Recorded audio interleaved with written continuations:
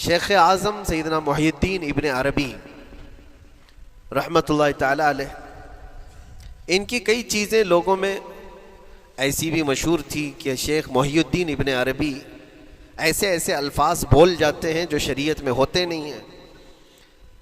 بہت سارے مسائل ان کے ہیں، لیکن ایک بار شیخ محی الدین ابن عربی بیٹھے ہوئے تھے، کرسی پر ہیں، سامنے مریدین بھی ہیں، بہت سارے ملنے والے لوگ بھی آئے ہوئے ہیں. اسی اثنا میں انہوں نے ایک جملہ ایسا کہا، واقعی اگر آپ کے سامنے بھی ایسی بات آئے تو آپ بپھر جائیں. شیخ محی الدین ابن عربی کہتے ہیں، اے لوگوں جو تم سب یہاں میرے پاس بیٹھے ہو، تمہارا خدا میرے پاؤں کے نیچے ہوتا ہے، تمہارا خدا میرے قدموں کے نیچے ہوتا ہے. سب ظاہر سی بات ہے، جیسے ایسا جملہ سنا تو اٹھ کر کے لوگ بھاگنا شروع ہو گئے کہ آدمی کافر ہو گیا. شیخ اعظم ہیں یہ حضرت محی الدین ابن عربی، جن کی بہت ساری کتابیں ہیں. تصوف میں آپ کا ایک بہت بڑا باب ہے. لوگ اٹھ کر کے ادھر سے ادھر چلنے لگ گئے کہ ایسے ایسے جملے بول رہے ہیں، یہ محی الدین ابن عربی کو ہو کیا گیا؟ خدا پیروں کے نیچے ہوگا؟ کفریہ جملہ ہے. سب تو چلے گئے، دو باقی رہ گئے جو مخصوص مریدین میں سے تھے. انہوں نے کہا کہ حضور، جو جملے سنے ہم کو بھی کانوں پر یہ وزن لگ رہے ہیں، لیکن کیوں کہا آپ نے ایسا؟ اس کا کچھ معنی ہے؟ آپ جیسے عظیم المرتبت بزرگ سے ایسا جملہ کیسے ممکن ہے؟ انہوں نے فرمایا کہ ان سب کو بھی تو یہ پوچھنا چاہیے تھا میرے بولنے کا مطلب کیا ہے. فوراً بدگمانی کیا اور بھاگ گئے. تم دو باقی رہ گئے. میں بتاتا ہوں کہ میں نے یہ جملہ کیوں کہا تھا. تو کرسی پر بیٹھے تھے اور چٹائی نیچے بچھی ہوئی تھی یا قالین بچھی ہوئی تھی جس پر لوگ بیٹھے ہوئے تھے. آپ نے اپنے ان دو مریدین سے کہا یہ چٹائی اٹھاؤ. چٹائی اٹھائی تو دیکھا وہاں پر سونے کے چاندی کے سب سکے رکھے ہوئے تھے جو شیخ محی الدین ابن عربی کے پیروں کے نیچے تھے. کہا وہ جتنے آئے تھے وہ اسی کی عبادت کرتے تھے، اس لیے میں نے کہا کہ تمہارا خدا میرے پاؤں کے نیچے ہوتا ہے. وہ خواہشات کے پجاری ہیں. میں نے اللہ نہیں کہا. اللہ رب العزت وہ قادر مطلق ہے. میں نے کہا جس کی تم عبادت کرتے ہو، جس کو تم خدا بنائے رکھے ہو، وہ میرے پیروں کے نیچے ہوتا ہے. اور حقیقت ہے میرے عزیزوں، جنہوں نے خواہشات کے پیچھے بھاگنا شروع کیا، در حقیقت وہ اپنا خدا بنا چکے ہیں ان کو. کیا ایسا نہیں ہوتا ہے کہ جو بندہ ضدی طبیعت کا ہوتا ہے، چاہ لیتا ہے کہ یہ مجھے چاہیے تو چاہیے، یہ مجھے چاہیے تو چاہیے. یہ جو ضد ہے اپنی خواہش کو پوری کرنا، یہاں پر کہا گیا ہے کہ وہ اپنی خواہش کی عبادت کر رہا ہے، اس کے پیچھے بھاگ رہا ہے. اسی لیے اللہ کے نبی صلی اللہ تعالیٰ علیہ وسلم کی ایک حدیث میں آپ کو سناؤں.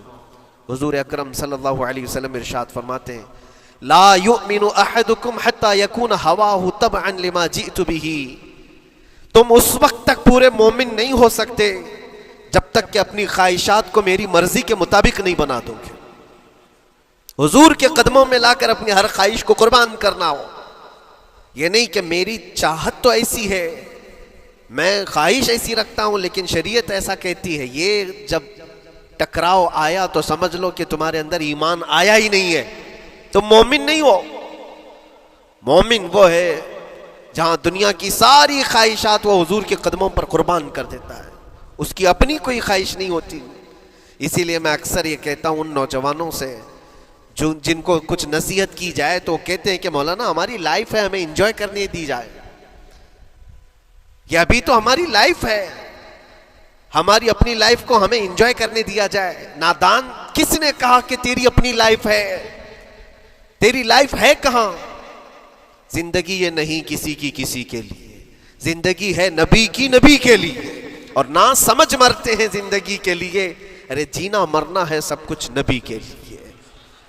جو خواہشات کو لا کر کے حضور کے قدموں پر رکھ دیتا ہے تو پھر وہ کہتا ہے میرے عزیزوں، وہ پھر آ کر کے یہ کہتا ہے اپنی خواہشات، اپنی طبیعت جہاں سب مر جاتی ہے آدمی کی، اس کی اپنی کچھ نہیں ہوتی، تب اس مومن کی زبان سے یہ نکلتا ہے یا رسول اللہ، زمین و زمان تمہارے لیے، مکین و مکان تمہارے لیے، چنین و چنا تمہارے لیے، بنے تو جہاں تمہارے لیے، ہم آئے یہاں تمہارے لیے، اٹھے بھی وہاں حضور کے لیے۔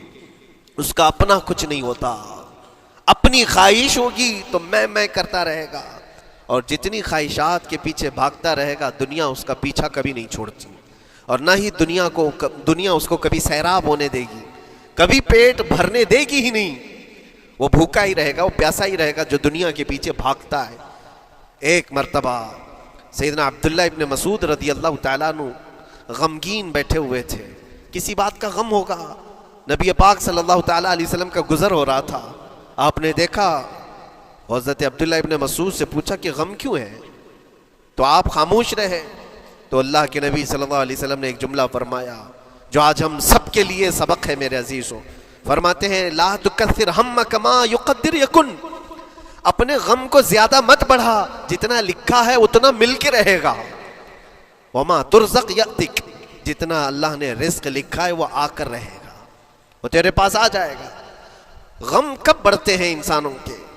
ہمارے اندر جو ٹینشن جس کو آپ کہہ رہے ہو، فرسٹریشن کہہ رہے ہو، یہ سب چیزیں انسان کی زندگی میں کب آتی ہیں؟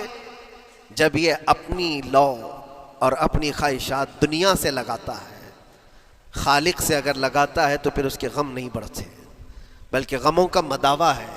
اسی لیے بزرگوں نے فرمایا کہ اگر ٹینشن فری جینا چاہتے ہو تو انسانوں سے امیدیں کم کر لو، اللہ کی ذات سے یقین بڑھا لو، اس کی ذات سے یقین بڑھاؤ۔ ہم نے دیکھا ہے اپنی زندگی میں جس سے ہم ملتے رہے، جس سے کچھ خواہشیں رکھتے رہے یا جس کے متعلق کچھ امیدیں وابستہ کر رکھی، یہاں امیدیں ٹوٹ جاتی ہیں، پھر انسان کا غم بڑھتا ہے، انسان مغموم ہو جاتا ہے۔ اللہ کی ذات سے جو وابستہ ہوا اور وہاں جو آس لگایا وہ ہر دن بشاشت کے ساتھ جیتا ہے، یقین کے ساتھ جیتا ہے۔ اسی لیے میرے عزیزوں، یہاں جس نے بھی اپنے خواہشات کو دنیا کے ساتھ لگایا ہے اسے کم کرنا ہے۔ لا تکثر ہمک ما یقدر یکن، اللہ کے نبی فرماتے ہیں اپنے غموں کو زیادہ مت کر، جتنا لکھا ہے اتنا تجھے مل کر رہے گا۔ اور زیادہ چیزیں اگر دماغ میں آ جاتی ہیں تو پھر دماغ گرم بھی ہو جاتا ہے اور سٹک بھی ہوتا ہے، ہر چیز سوچنے سے بھی عاری ہو جاتا ہے، صحیح طریقے کے فیصلے نہیں لے پاتا۔ اچھا نقصان کیا ہے اس کا؟ سیم ہم نے موبائل ایکسپرٹ سے بھی پوچھا، جب موبائل بہت زیادہ گرم ہونے لگے یا سٹک ہونے لگے تو اس کو کیا کرنا چاہیے؟ تو ایکسپرٹس بتاتے ہیں کہ اس کے ریڈیشن بہت زیادہ ہوتے ہیں اس وقت، اور یہ نقصان پہنچا سکتا ہے۔ جو استعمال کر رہا ہے اس کے دماغ پر بھی اثر کرے گا، آس پاس کے لوگوں پر بھی اثر کرے گا۔ ایک موبائل کے اوپر اگر زیادہ لوڈ آ جائے تو اس کے ریڈیشن آس پاس سب کو خراب کرتے ہیں۔ یہی حال انسان کی زندگی کا ہے۔